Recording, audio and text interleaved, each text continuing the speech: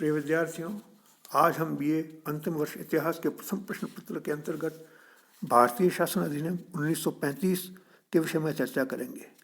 कांग्रेस सहित समस्त राष्ट्रीय संस्थाओं ने 1919 ईस्वी के सुधारों को अपर्याप्त, असंतोषजनक और निराशापूर्ण घोषित किया।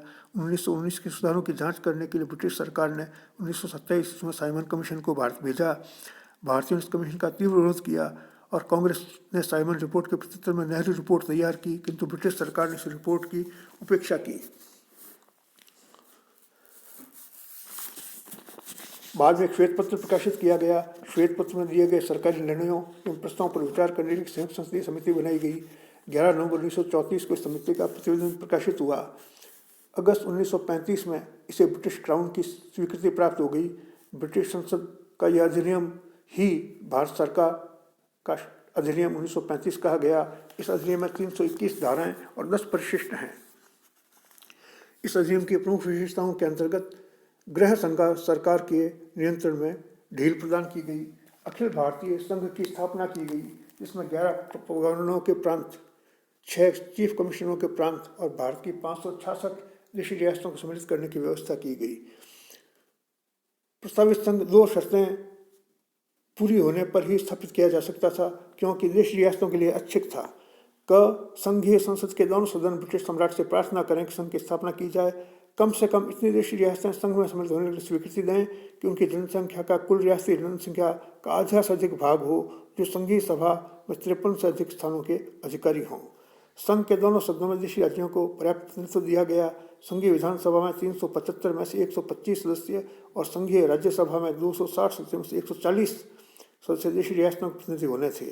क्योंकि देशी रियासतों ने निर्धारित संख्या में संघ में सम्मिलित होना स्वीकार नहीं किया, और इस अधिनियम की संघीय योजना क्रियान्वित ही नहीं हो सकी। तीसरा, केंद्र में द्वैध शासन की स्थापना। 1935 के अधिनियम द्वारा प्रांतों में द्वैध शासन का अंत करते हुए केंद्र में द्वैध शासन लागू कर दिया गया। संघीय विषयों को 2 भागों में बांटा गया: रक्षित और हस्तांतरित विषय। रक्षित विषयों में प्रत्यक्ष विदेशी मामले, चर संबंधी मामले, कबायली क्षेत्र के मामले सम्मिलित हुए। इसका शासन गवर्नर जनरल या वायसराय अपनी इच्छानुसार चला सकता था। रक्षित विषयों में प्रशासन में गवर्नर जनरल कार्यकारिणी परिषद की सहायता लेता था। इसकी सदस्यों की संख्या 3 से अधिक नहीं हो सकती थी। उनकी नियुक्ति सम्राट करता था और वे वायसराय के प्रति उत्तरदायी होते थे। हस्तांतरित विषयों का शासन चलाने के लिए मंत्रिपरिषद होती थी, जो संघीय विधानमंडल के प्रति उत्तरदायी थी। मंत्रियों की नियुक्ति पदमुक्ति गवर्नर जनरल द्वारा होती थी। इसके अधीन पर संख्या 10 हो सकती थी। चौथा, संघीय विधानमंडल की निर्बलता। संघीय विधानमंडल के 2 सदस्य थे। संघीय विधानमंडल के 2 सदन थे: संघीय विधानसभा और संघीय राज्यसभा। संघीय विधानसभा में 375 सदस्य थे, जिनमें 125 स्थान देशी रियासतों को दिए गए। इनका मनोनयन देशी रियासतों के निर्देशकों को करना था। प्रांतों के प्रतिनिधियों का चुनाव सामान्य स्थानों, मुसलमानों और सिखों के सुरक्षित स्थानों पर अप्रत्यक्ष निर्वाचन प्रणाली द्वारा होना था। इनमें 82 स्थान मुसलमानों को प्राप्त थे। संघीय राज्यसभा में कुल 260 स्थानों में से 140 स्थान देशी रियासतों को दिए गए। 6 स्थानों पर महिलाओं, अल्पमतों, दलित वर्ग को प्रतिनिधित्व देने के लिए गवर्नर जनरल द्वारा सदस्य मनोनीत किए जाने थे। अधिकारों के विभाजन की नई पद्धति स्थापित की गई। इस अधिनियम में विषयों का विभाजन किया गया। संघीय सूची में संघीय सरकार से संबंधित 59 विषय थे। प्रांतीय सूची में प्रांतीय हितों के 54 विषय थे। जिन 36 विषयों के संबंध में संघ और प्रांत दोनों कानून बना सकते थे, उन्हें समवर्ती सूची में रखा गया। इसमें केंद्रीय विधानमंडल के कानून को सर्वोपरि माना गया।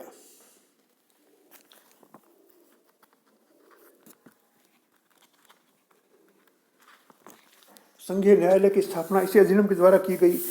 प्रस्तावित भारतीय संघ की विभिन्न इकाइयों के मध्य उठने वाले संघ और उसकी इकाइयों के विवादों के निर्णय के लिए 1935 के अधिनियम द्वारा एक संघीय न्यायालय की स्थापना की गई।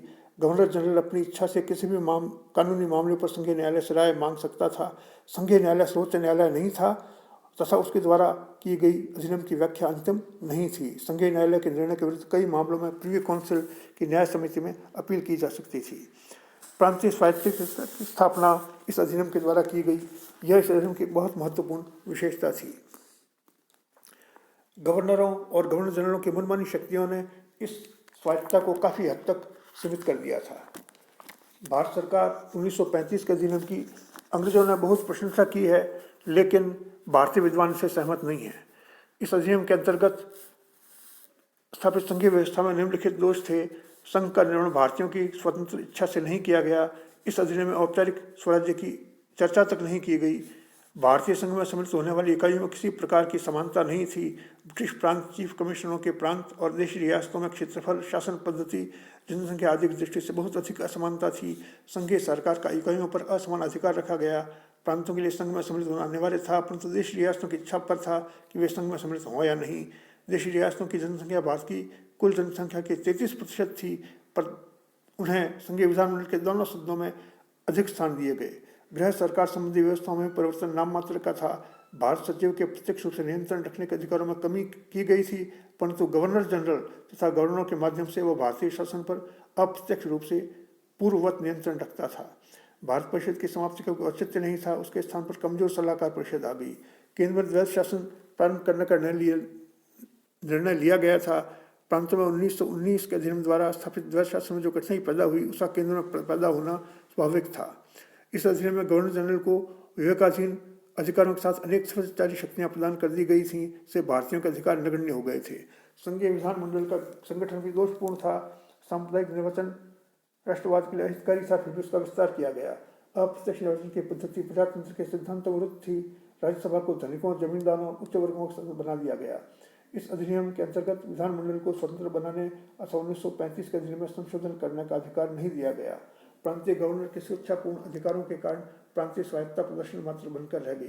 पंडित जवाहरलाल नेहरू ने इस अधिनियम की आलोचना करते हुए लिखा है कि नया संविधान एक ऐसा यंत्र था, इसकी ब्रेक तो दृढ़ थी, परंतु उसका कोई इंजन नहीं था। झंडा ने लिखा, 1935 की योजना पूर्ण रूप से स्वीकार न करने योग्य है।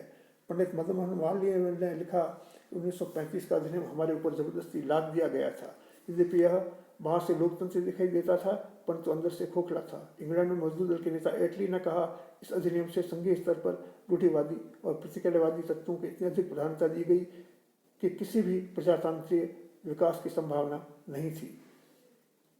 निस्संदेह भारत जैसे विशाल देश के लिए संघ की निर्णय आवश्यकता थी, इसलिए इस योजना का भारतीयों द्वारा स्वागत किया जाना चाहिए था, परंतु इसकी कमियों के कारण इसकी सर्वत्र आलोचना की गई।